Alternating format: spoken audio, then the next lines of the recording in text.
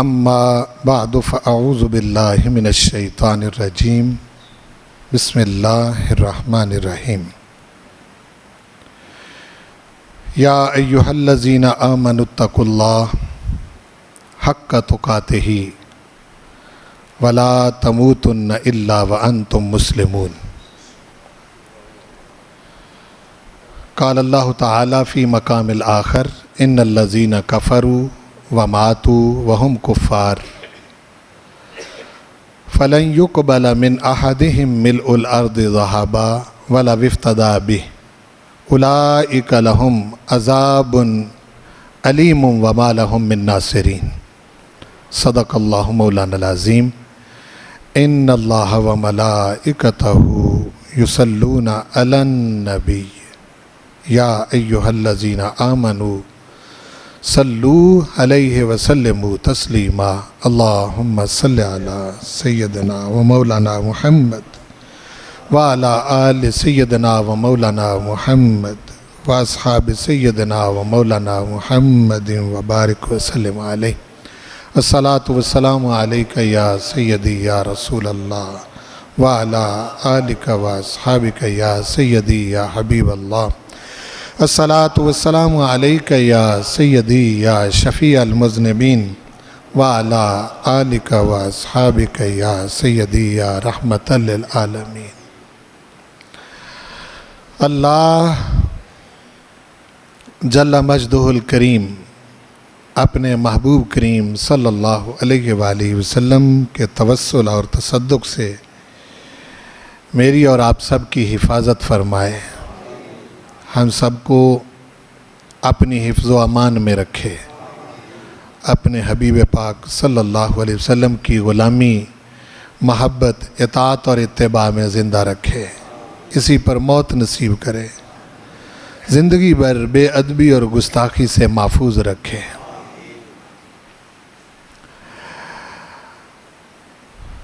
گزشتہ جمعۃ المبارک میں نے حسن ختام کے حوالے سے کہ وہ بڑا خوش نصیب ہے جس کا اخیر اچھا ہو جائے،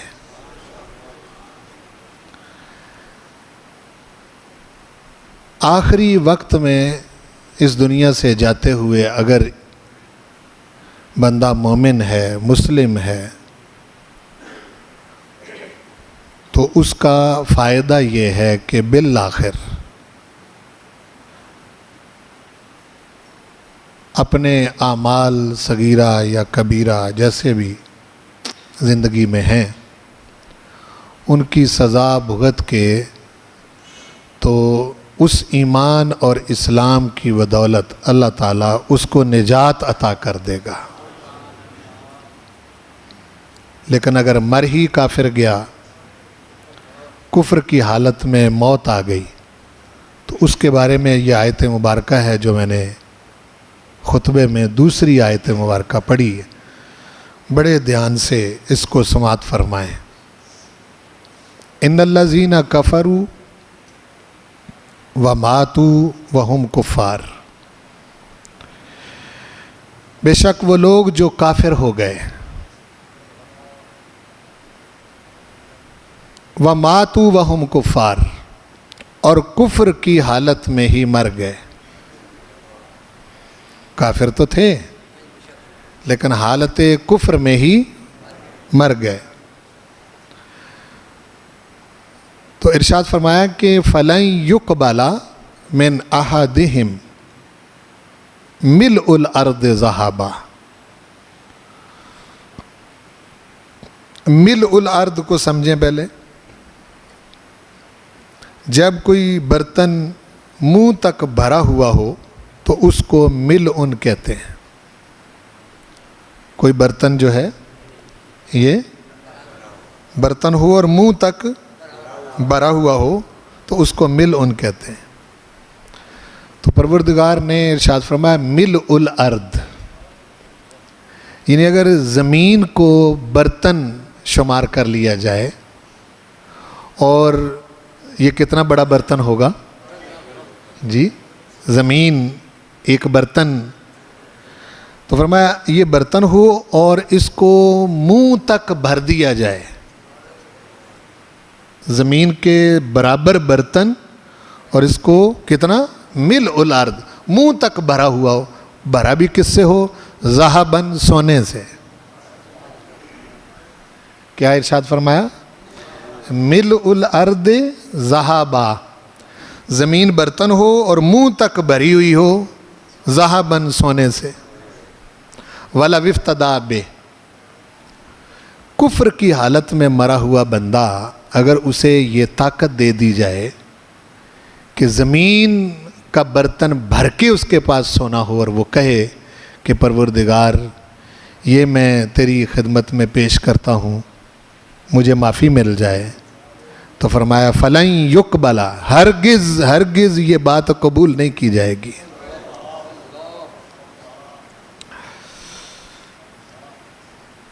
پھر سمجھ چلے آنا چاہیے نا کہ حضور کی غلامی کتنی بڑی شے ہے۔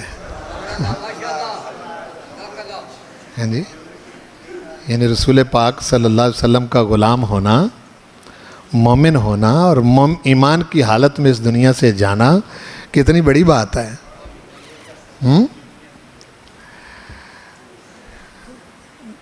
تو یہ بھی قبول نہیں ہوگا۔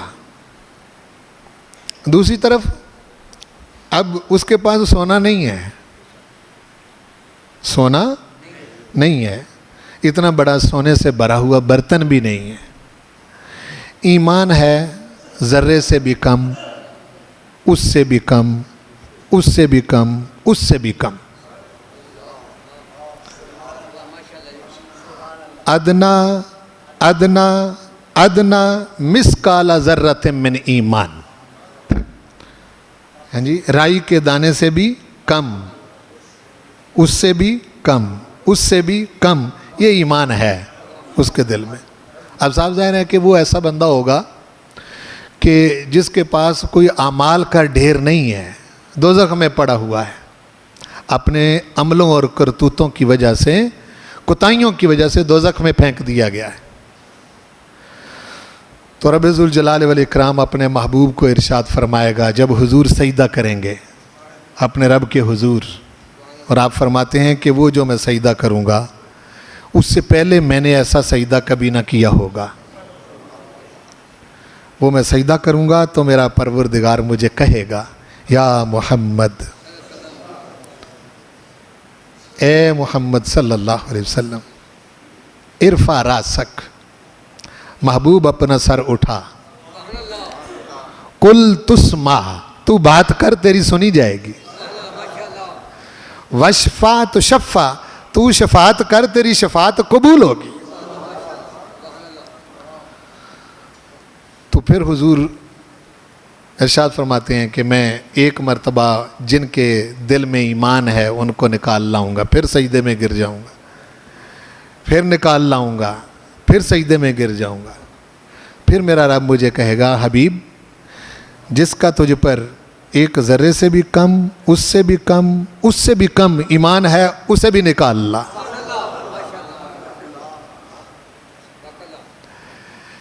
اس لیے یہ حضور کریم صلی اللہ علیہ وسلم کی غلامی کا فائدہ ہے۔ بندہ اس دنیا سے جائے حالت ایمان میں جائے۔ حالت ایمان میں جانے کے کچھ اسباب ہیں، کچھ اسباب ہیں، اس میں ایک بڑا سبب آپ کو جو بتانا چاہ رہا ہوں جمعۃ المبارک کے اس قلیل وقت میں، وہ ادب ہے۔ کیا ہے؟ ادب۔ اگر آپ کو ادب نصیب ہے اور جو بھی تعلق آپ کا ہے اپنے والدین سے لے کے اپنے رب تک، تعلق کے علیحدہ علیحدہ نوعیتیں ہیں، والدین ہے، اولاد ہے، اور طرح کا تعلق ہے۔ سمجھ آ گئی نا جی؟ والدین ہیں اور آپ کے زمانے کے درویش، فقراء، اولیاء لوگ ہیں، ان کے ساتھ آپ کا تعلق ہے، علماء کے ساتھ آپ کا تعلق ہے، مسکینوں کے ساتھ، فقیروں کے ساتھ، بیواؤں یتیموں کے ساتھ، مفلوق الحالوں کے ساتھ، معاشرے کے پسے ہوئے پٹے ہوئے محتاج لوگوں کے ساتھ آپ کا ایک تعلق ہے۔ کچھ تقاضے ہیں،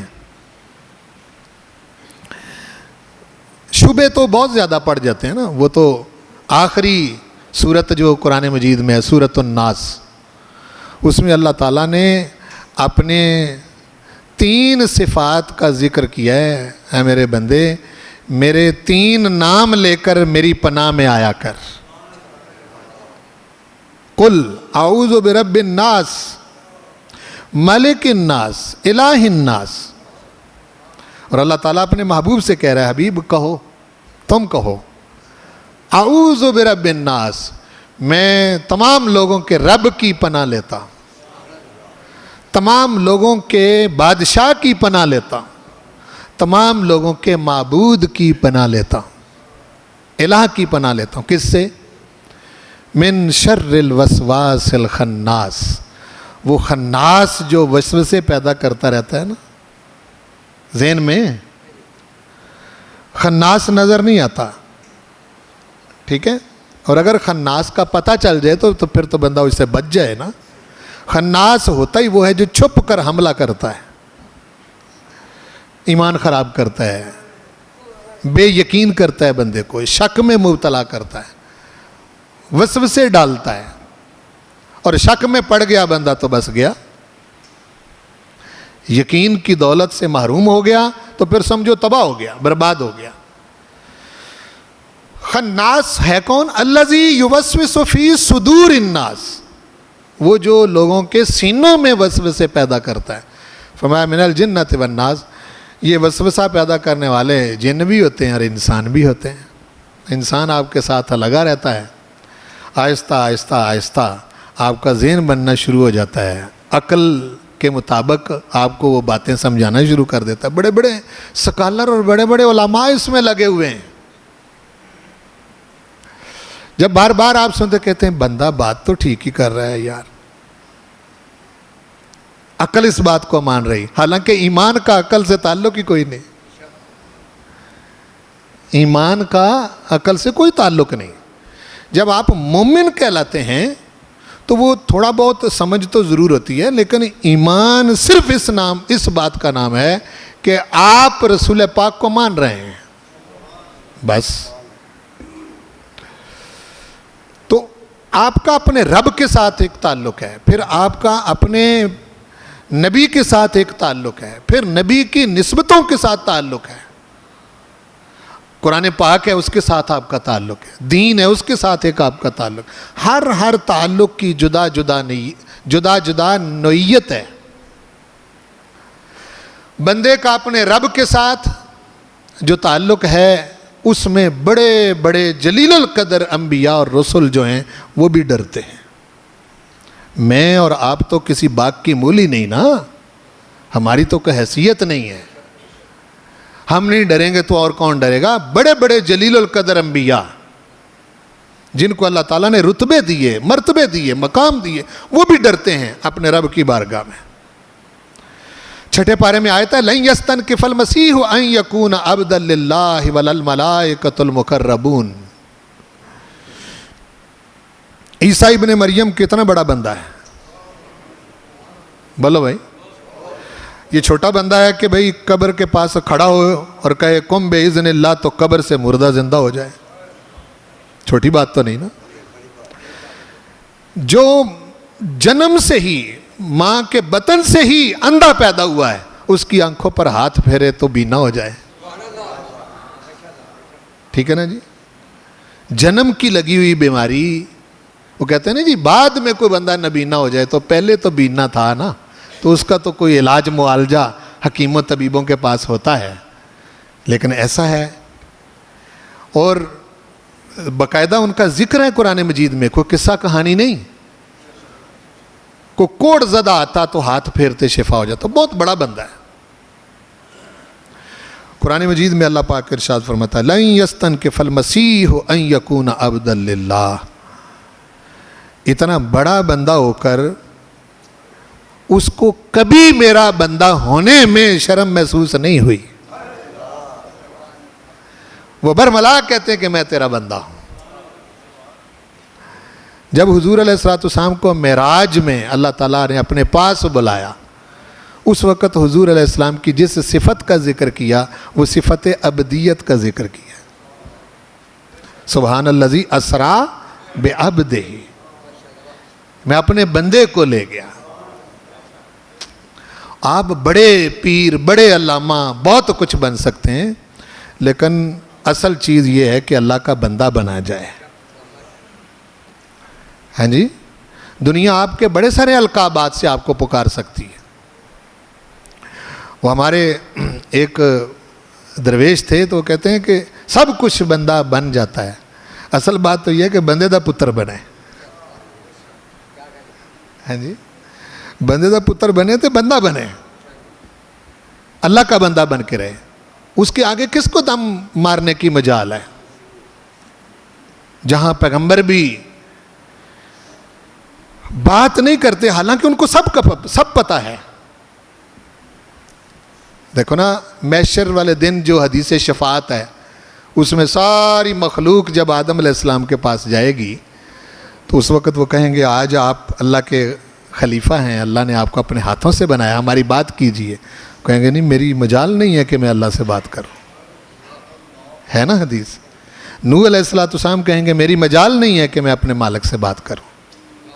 میں ایک مرتبہ کہہ بیٹھا تھا یا اللہ یہ میرا بیٹا ہے، تو وہ مجھے شرم آتی ہے، میں اس سے بات نہیں کر سکتا. ابراہیم علیہ السلام بات نہیں کریں گے، سلیمان علیہ السلام اور داود علیہ السلام بات نہیں کریں گے، موسیٰ علیہ السلام بات نہیں کریں گے. تو جب ساری مخلوق جو ہے وہ سب دروں سے ہو کے حضرت عیسیٰ علیہ السلام کے پاس آئے گی تو وہ کہیں گے کہ بات تو نہیں میں کر سکتا، ایک بات کرنے والے کا پتہ بتا سکتا. تو وہ کہیں گے، سب کہیں گے اذهبوا الی غیری، میرے سوا کسی اور کے پاس جاؤ. تو عیسیٰ علیہ السلام کہیں گے اذهبوا الی محمد رسول اللہ صلی اللہ علیہ وسلم کے پاس جاؤ گے. اور جب حضور کے پاس ساری مخلوق پریشانی کے عالم میں جائے گی تو حضور اپنے بازو پھیلا دیں گے، ایسے بازو پھیلا دیں گے اور کہیں گے انا لہا انا لہا انا لہا. میں نہیں تمہیں کہوں گا کسی اور کے پاس جاؤ، اب تم جہاں آئے ہو ٹھیک آئے ہو، آج میں ہی ہوں تمہاری بات کرنے والا، آج تمہاری بات کرنے والا میں ہی ہوں، میرے پاس ہی تم آئے ہو. تو یہ ہر کسی کا مقام نہیں ہے. حضور محبوب ہیں اور بات کریں گے. نبی کریم صلی اللہ علیہ وسلم نے ارشاد فرمایا میں اپنے گناہگار امتیوں کی بھی اپنے رب سے بات کروں گا. حدیث مسند احمد بن حنبل کی ہے کہ حضور فرماتے ہیں کہ ایک مرتبہ اللہ نے مجھے کہا آدھی امت بخشوا لو یا شفاعت کا حق لے لو. تو خیرت الشفاعہ، میں نے آدھی امت نہیں بخشوائی، شفاعت کا حق لے لیا. تو عرض کی آقا یہ کیوں کیا؟ آدھی امت بغیر حساب کے بخشی جا رہی تھی. فرمایا آدھی بخشی جاتی، بعد میں کوئی مجھے پکار لیتا تو تب میں نے شفاعت کا حق لیا. یہ ہمیں یہ باتیں کیوں کرنا پڑتی ہیں؟ اس کا یہ مطلب نہیں ہوتا کہ آپ بے عمل ہو جائیں. اس کا مطلب یہ ہوتا ہے کہ قدر کریں اس نسبت کی جو اللہ تعالیٰ نے آپ کو حضور کا امتی بنایا ہے.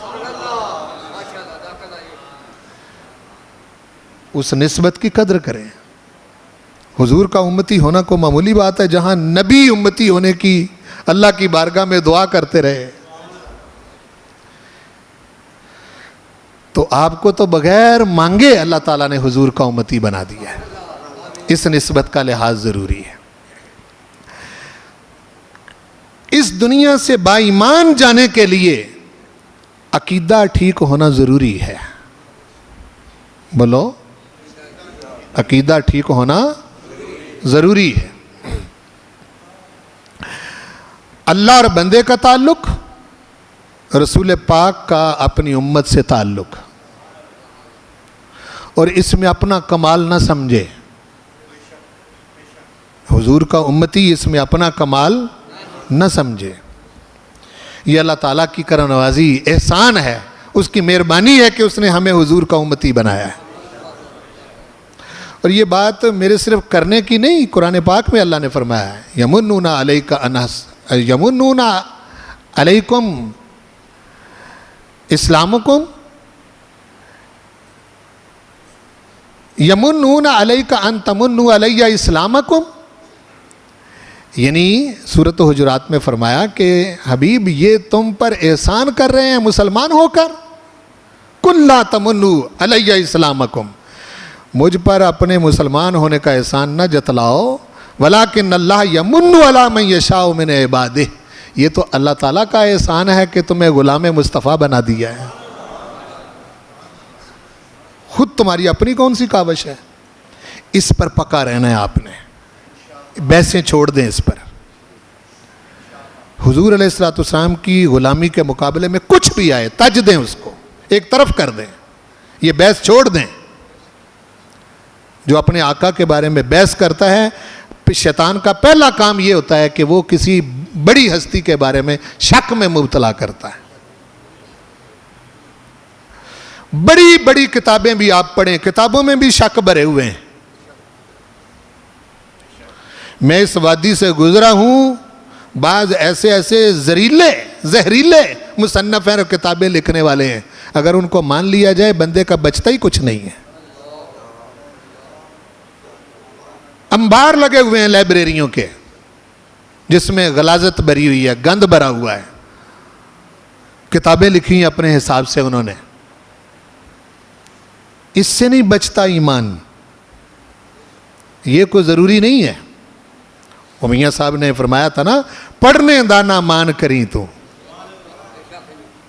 پڑھنے دانا مان کری تو تے نہ آکھی میں پڑھیا.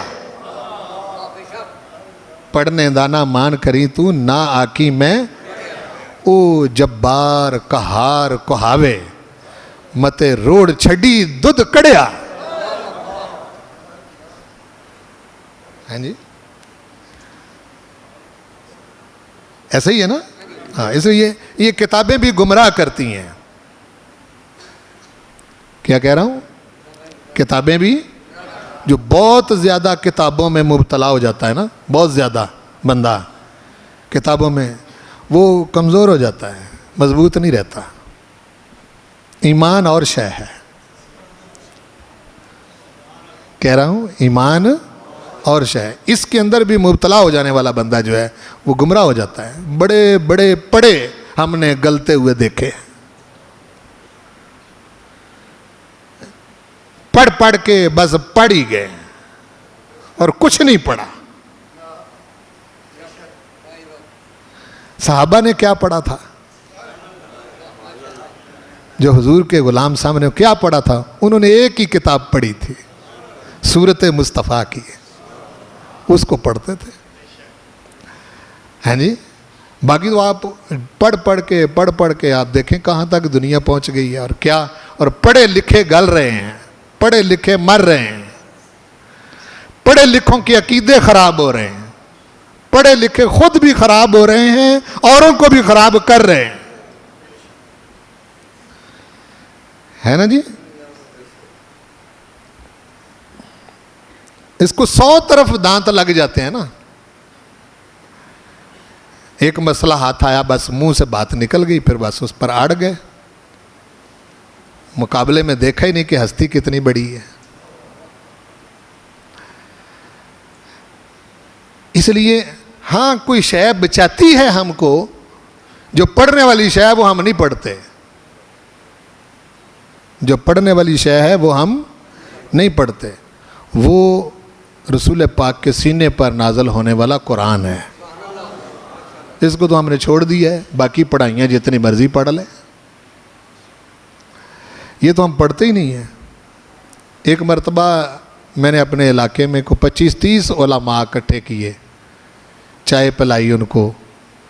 تو میں نے ان کی خدمت میں عرض کی کہ بھائی نوجوان نسل اس وقت اس کو ضرورت ہے آپ اپنے اپنے مساجد میں اپنے اپنے علاقے میں قرآن مجید جو ہے اس کا ترجمہ، اس کی سمجھ بوجھ فہم اس طریقے کی طرف لوگوں کو مائل کریں۔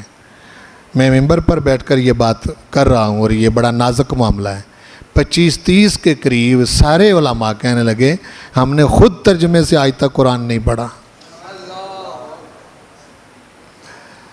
ہاں جی، ہم نے خود نہیں پڑھا، دوسروں کو کیا پڑھائیں گے؟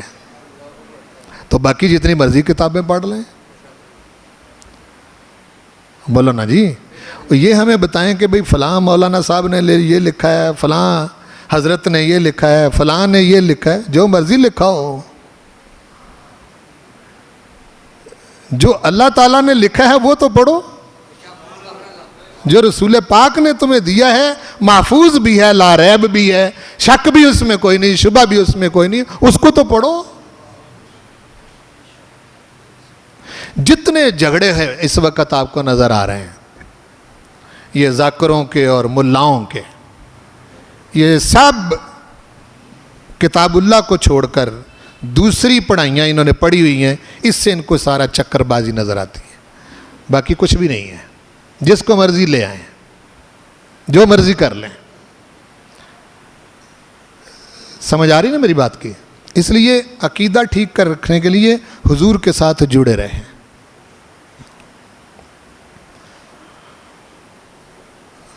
پھر حضور علیہ السلام کی خدمت میں وہ لوگ جنہوں نے ایمان کے ساتھ حضور کی صحبت پائی ہے، کیا کہہ رہا ہوں، ان کا کوئی مقابلہ ہی نہیں کر سکتا دنیا میں۔ میں جو لفظ بول رہا ہوں اس پر غور کریں، میں نے یہ نہیں کہا کہ ایمان سے حضور کو دیکھا ہے، ایمان کے ساتھ حضور کی صحبت پائی۔ حضور کے صحابہ ایسے بھی تھے کہ جو نبینا تھے، انہوں نے ایمان کے ساتھ حضور کو دیکھا نہیں لیکن صحبت پائی ہے۔ سمجھیں میری بات کو؟ اگر ہم دیکھنے کی شرط لگا دیں گے تو پھر نبینے صحابی نے تو نہیں دیکھا، صحبت پائی ہے حضور کی ایمان کے ساتھ۔ ان کا مقابلہ دنیا میں کوئی بڑے سے بڑا غوث کتب ولی نہیں کر سکتا، اس کی قیمت ہی جدا رکھی اللہ تعالیٰ نے۔ اللہ پاک نے ارشاد فرمایا، محبوب جو تیری نگاہ میں آ گئے ہیں، اولئک کتب فی قلوبہم الایمان، یہ وہ لوگ ہیں جن کے دلوں میں ایمان کا بوٹا میں نے خود لگایا ہے۔ غور کریں، ایمان کا بوٹا میں نے خود لگا ہے۔ اور ایک اچھا مالی بوٹا لگا کے غافل نہیں ہو جاتا، میری بات کو سمجھیں۔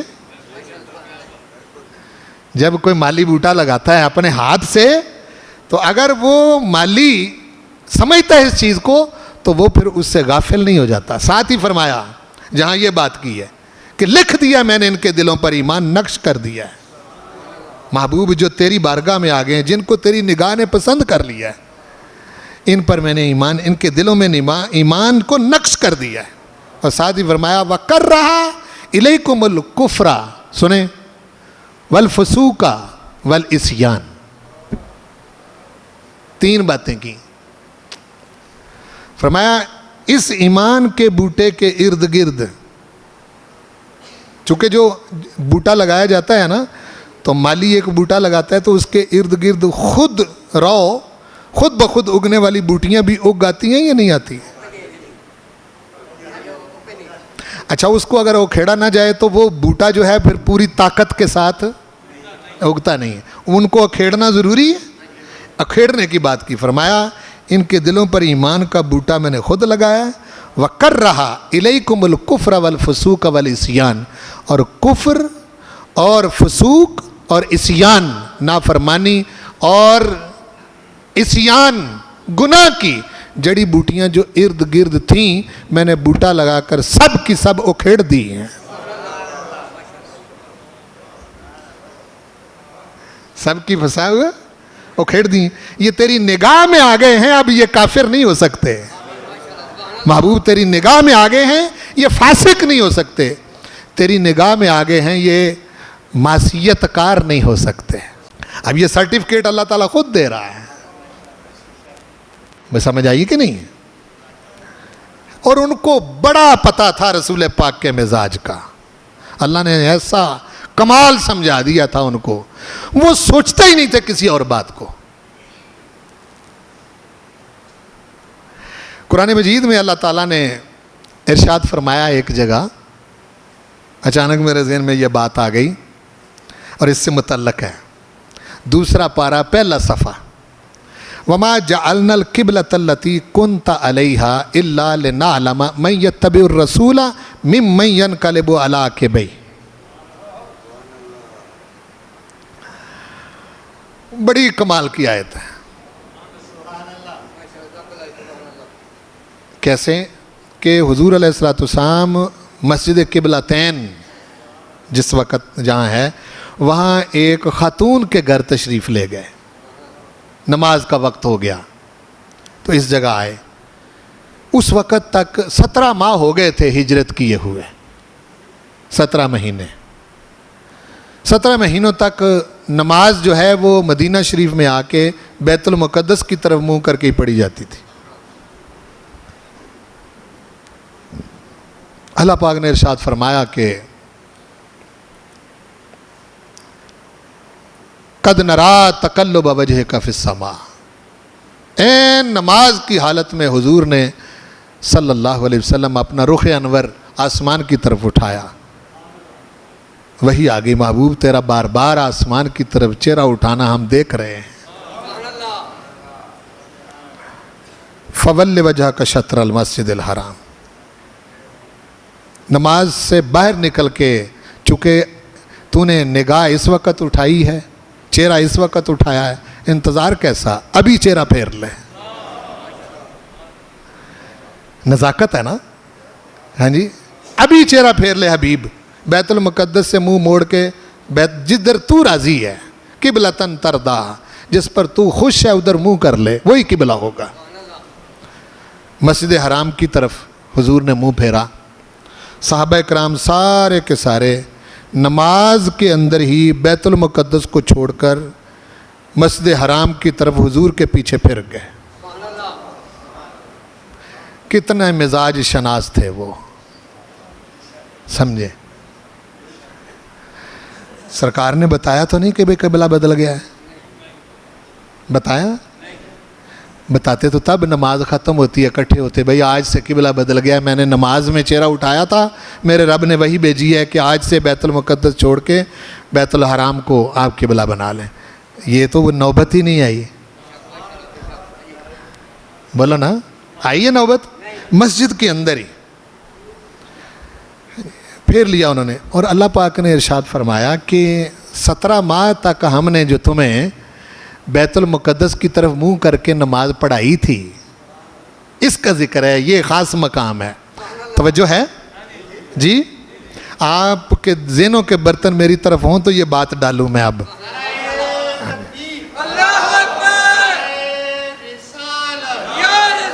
فرمایا یہ جو تمہیں میں نے 17 ماہ یہاں آ کے پریکٹس کروائی کہ بیت المقدس کی طرف منہ کر کے، پکے ہو گئے نا 17 مہینوں تک کہ منہ کدھر کرنا ہے نماز میں، بیت المقدس کی طرف، اور ابھی حکم آیا بھی نہیں، بتایا بھی نہیں۔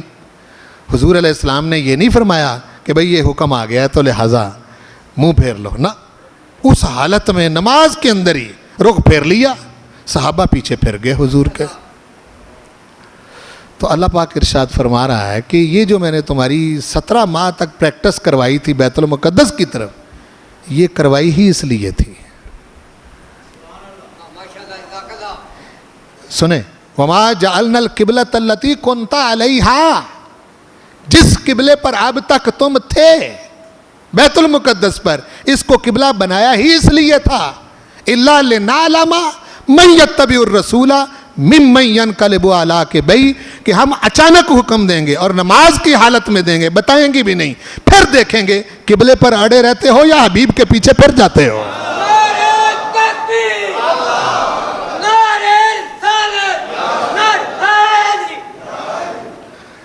کتنے مزاج شناس تھے وہ حضور کے، قبلہ چھوڑ دیا، بولو قبلہ، اور رسول پاک کے پیچھے پھر گئے۔ اس پھرنے کو اب قرآن کیا کہہ رہا ہے؟ جو حضور کے پیچھے پھر گئے اس کو کہہ رہا ہے وما کان اللہ لیضیع ایمانکم. یہ جو نماز کی حالت میں حضور کے پیچھے پھر جانے کی جو تمہیں سمجھ آ گئی کہ حضور کے پیچھے قبلہ چھوڑ دو، حضور کے پیچھے پھر جاؤ، یہ سمجھ میں نے تمہیں اس لیے دی تھی، میں نہیں چاہتا تھا کہ تمہارے ایمان ضائع ہو جائیں.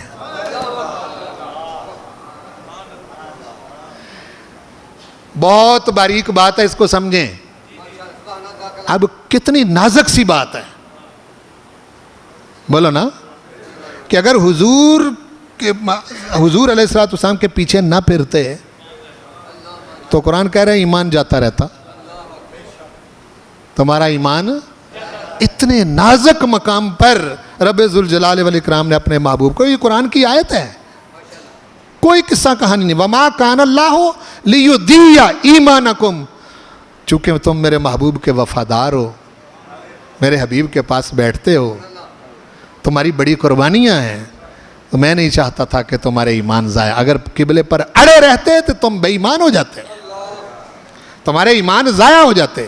اس کا مطلب یہ ہے کہ اتنی بات سے بھی ایمان جاتا رہتا ہے. اس لیے رسول کریم صلی اللہ علیہ وسلم کے تعلق کی نزاکت کو سمجھو. تعلق کی، بولو، تعلق کی.